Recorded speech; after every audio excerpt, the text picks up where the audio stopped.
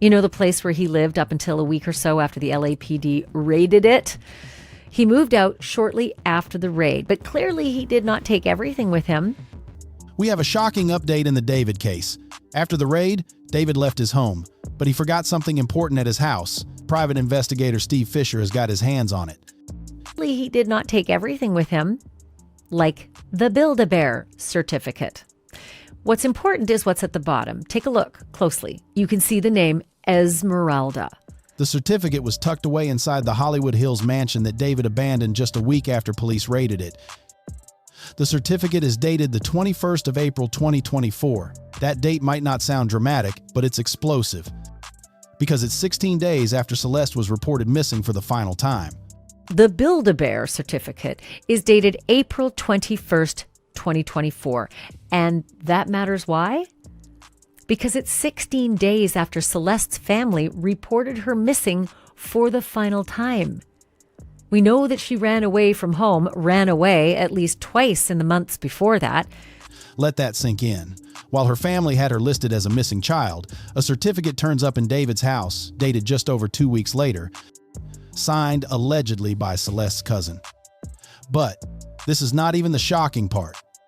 The shocking part is that when Fischer checked the certificate date against public records, social media posts, and travel footage, another connection appeared, one that practically screams deliberate. On the 21st of April 2024, the exact day the certificate was issued, David was spotted on TikTok riding a roller coaster at Six Flags Magic Mountain, an amusement park that has a Build-A-Bear store. But also on April 21st, David was spotted on TikTok riding a roller coaster at the very same Six Flags park. The odds of that being unrelated are microscopic, because that means David, Celeste, and Esmeralda were all at Six Flags together, celebrating, laughing, making bears, while Celeste was officially listed as a missing person. Alright guys, so in a previous video of mine, we were discussing Celeste Rivas Hernandez's cousin Esmeralda and how she may have known that Celeste was in this inappropriate relationship with singer David. We know that on April 21st, 2024, if the family filed a missing report, why did no one correct it? Why was a missing girl visible in videos, photographs, and receipts, and nobody said a word? The date on the Build-A-Bear certificate forces the whole timeline to collapse, because now Celeste's disappearance doesn't look like a mystery, it looks like misdirection. Fischer found that after her final missing report in April, Celeste was still spotted multiple times. She appeared at Esmeralda's high school graduation in May 2024, smiling in family videos. She was seen arguing with neighbors in September, in the backyard of her own home. You ain't tripping. You gonna let a woman talk? Alright, I'm not gonna let your woman talk. Why is she over here? Again. Little house, you don't even got a house. Hey, bro. You talk to Yeah, ain't nobody black right here, homie. We're Southsiders right here, homie. We're Southsiders here. Get it right, homegirl. Shut up with your black talking. Shut up. You talking like you black, girl, with your black talking. No! Yeah. No! Yeah. Ain't nobody black right here. What are you talking about? I said we're not black over here. Why are you calling us? And she was also photographed in Las Vegas with Esmeralda in October 2023, the same day David was performing there. Every time she was missing, she was also somehow found. Every time the police were told she vanished, there's proof she was somewhere else. Alive, visible, surrounded by people who knew. She's home at her family's backyard yelling at the neighbors. A year before she died, she's not missing. But they didn't tell the police that. They kept her as a missing person. So, was Celeste ever really missing? Or was the missing person label a convenient disguise, one that let her live off-grid, hidden in plain sight, while others looked the other way? When the LAPD first raided David's mansion, they photographed dozens of items, but according to Fischer, they didn't take everything. After the search, he was granted access by the landlord to inspect what remained. That's when he found the Build-A-Bear certificate tucked among random paperwork, old packaging, receipts, things David clearly didn't care to keep. Which raises the obvious question. If you're trying to erase your connection to a dead girl, why would you forget a document linking you to her cousin? Dated when she was allegedly missing? The answer might be even simpler.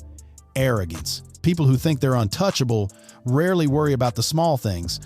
There was people aware of where Celeste was, and they're obviously in contact. They planned this out, and I don't believe this is just a coincidence. I believe that this is that Esmeralda, and David was there, we know, at Six Flags that day. Celeste was a missing person, and then shortly after, she shows up at graduation. Fischer says it put Celeste inside that home. It doesn't just suggest she visited, it practically proves she was there after she was declared missing. And whoever else was there, whether it was Esmeralda, other family members, or David himself, they weren't strangers to her situation. According to Fischer, they knew she was reported missing. They knew where she was. And yet, nobody made the call to law enforcement saying, "We found her."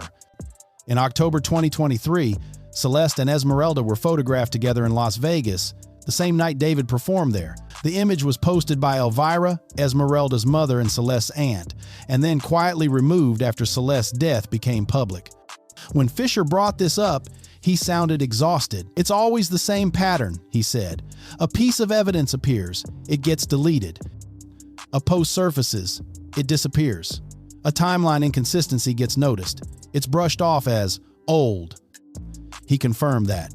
Yes, he'd been told directly that the family discouraged people from searching after Celeste's last disappearance, insisting she was safe. Yeah, they really said she was safe. But she was actually with a grown man nearly a decade older who would later be investigated for concealing her body in his car. If that's safety, then the word has lost all meaning. Let's pull back for a second. Why does a Build-A-Bear certificate matter so much in a homicide investigation? Because it provides three things: a name, a location, and a date, all verifiable. The certificate ties David's residence to Esmeralda. The date ties the location to Six Flags, where David was caught on camera that same day. And the timing places Celeste, a supposedly missing girl, within reach of them both. That's what investigators dream of. Physical timestamps that expose lies in official records. If that certificate hadn't been found, the April window might have stayed invisible. But now, the entire story folds differently, and Fischer's discovery gives it shape. Fischer says that the amusement park trip was planned. It was not random, not a chance encounter. He believes they coordinated it, possibly through relatives, possibly through direct messaging. Fischer's interviews always circle back to one thing: the people who should have spoken up. He said, "There were people aware of where Celeste was. They were in contact. They planned this out." That sentence alone could fracture the family's public narrative because it implies coordination, not confusion. And coordination means intent. Even worse, it suggests that the people who could have saved her were the same ones protecting her from visibility, that she wasn't truly lost. She was being shielded from the system, and in that shielded space, danger had free reign. As these discoveries come out, public reaction has shifted from sorrow to suspicion. At first, it was about David. But now, people are asking harder questions. Who helped him? Who kept quiet? Who told others not to look? Because no celebrity operates in isolation. There's always a network, friends, assistants, family members, and every one of them either saw something or knew someone who did. The Build-A-Bear certificate might seem small, but in a case buried under lies, small things are dynamite. It doesn't prove guilt. It doesn't prove innocence, but it does prove a connection, and that's what prosecutors need to start building everything else. When asked about the toxicology report, Fischer hinted it could arrive any day. He said he'd been tracking other deferred cases from that same week, many of which already had results updated, meaning Celeste's tests might already be completed, even if they haven't been released publicly. He speculated the state of decomposition might require specialized testing, possibly why results are delayed, but he didn't sound convinced that the delay was purely scientific.